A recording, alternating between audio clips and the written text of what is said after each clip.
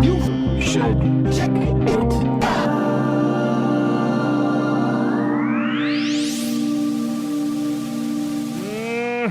That's right. You should check it out. It's episode 05858. My name is Jay.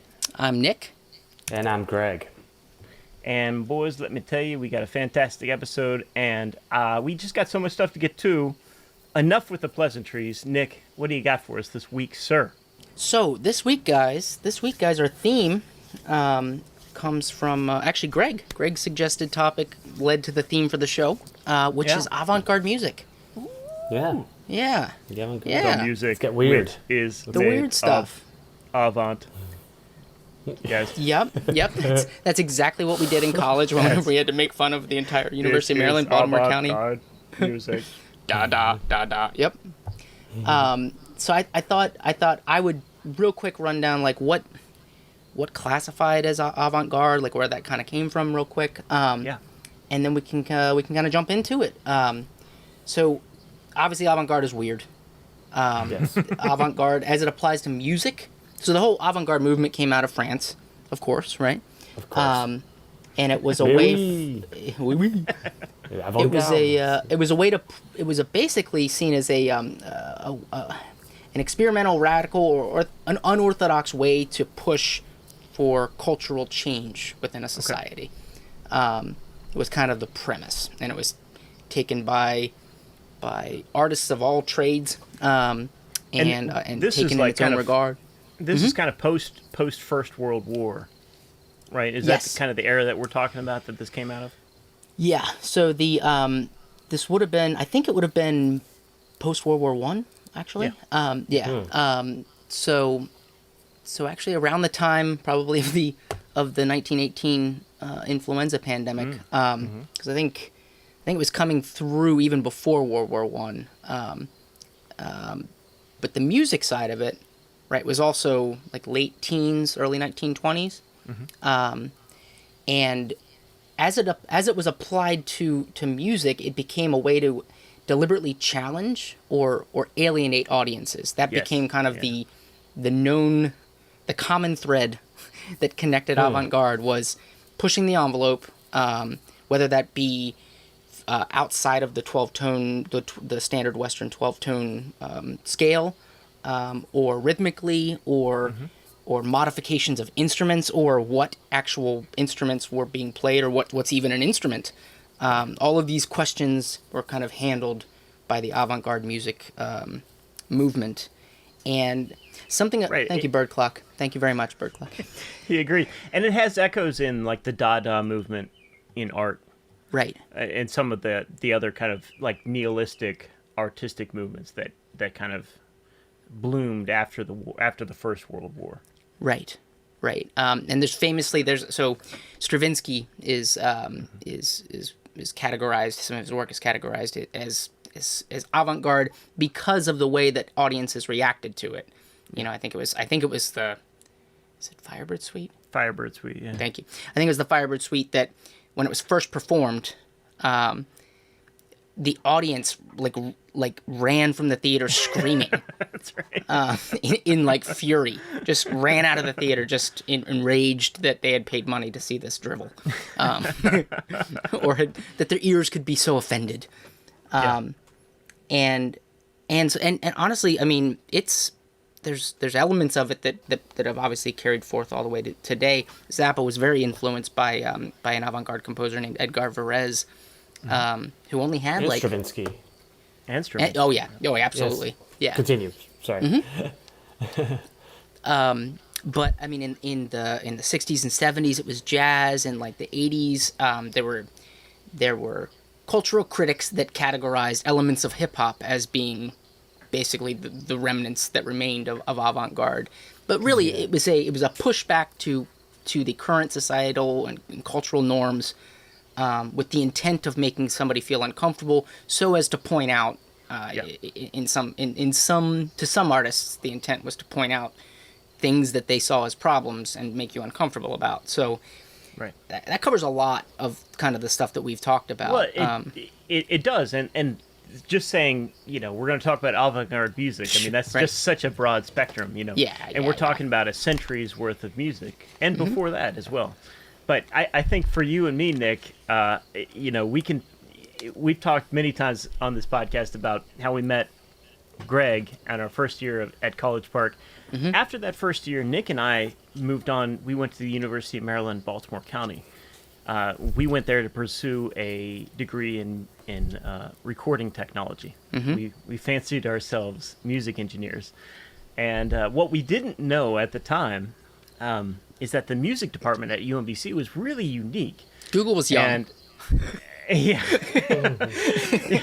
What we didn't know is that the entire UMBC music school had been built around the premise of promoting quote unquote new music. Right. Or basically promoting avant-garde music in the 21st century. And that was something that I don't know. We went there to learn how to use a studio, so we couldn't care less, really. But what we had to do as music majors is attend these forums. Each week we had to attend so many concerts given by the students at UMBC, and of course, since the school was based around quote unquote new music, we would go to see these concerts that were just like one guy clapping on a stage for like 20 minutes. You know, or some guy deconstructing a clarinet and then like, playing a tuba while he took a poop or on the telling clarinet. a story about a childhood trauma or something like that. Yeah, right. And it went into the ridiculous, absolutely. And we of course made a lot of fun of that. We had a lot of fun. Yeah. You guys, really? I know it's hard to believe. You two? I don't know. But about those, that. I can only speak for myself. But the things that I learned at UMBC, the tendrils definitely sunk in to me. Yeah. And I have a deep appreciation for avant-garde music of all different kinds. Yeah. Now because absolutely. of that, and the breadth and the depth of it, and so yeah, I just wanted to touch on that and say where we came from that background. We've always shared a common aspect of our personalities in that faced with discomfort, we choose humor. So yeah, that was it did its purpose in that it made us uncomfortable. And then we ridiculed it, and right. A couple times we're asked to leave. So we've mentioned this story before, and this is pre-UMBC, right before you guys left. But I remember going up to see what you guys were up to. I come up to your room, and we were listening to that weird Lou Reed album. That's just noise. Metal Machine music. Yeah. And but what was funny is like when I came in, I was like, "Hey guys, what's up?" And you guys were like, "Shh." You guys just listen to this. I'm like, what are we listening to? What's that noise? Well, for me, it's kind of like it was my way to be a rebel. Like I was never a punk kid, right? And I was never a metal guy. I was never like into rebellious music. I liked Hootie and the Blowfish and Dave Matthews Band in high school, right? Oof. But so it was once I found avant-garde music and really found some stuff to dig my teeth into. That was my way of being a rebel. That was my way of saying, you don't understand this, but I think it's cool. So fuck you. Right. Which is how we started most conversations. Yeah. Basically, yeah. And the real reason that Greg came in was because the whole dorm had asked somebody to come in and ask them to shut it off. Probably. That's some loud noise. So I don't know, Greg, what are some of your favorite avant-garde composers, musicians? What are you into? Well, I mean, as far as the avant-garde, it depends. I mean, there's Zappa, was definitely an introduction. I would say one of my personal favorites, and I mean, this is just really off the cuff, but when I listen to someone like Square Pusher. Oh, okay. Yeah. I feel like he's pushing. He goes as hard as possible in that direction. Sometimes, just challenge. It's like I listen to it. I'm like, there's nobody I can think of that I can play this for. I think this is awesome, but nobody I know will appreciate this. I love John Coltrane's Free stuff, Ornette Coleman. Sun Ra. Coleman, Sun Ra is actually something that I've gotten into more and more recently. Fantastic. My brother Austin, who's been on the show, has actually hit me to some Sun Ra. That's been really cool. And but yeah, just definitely the idea of you know who else, man? Mr. Bungle.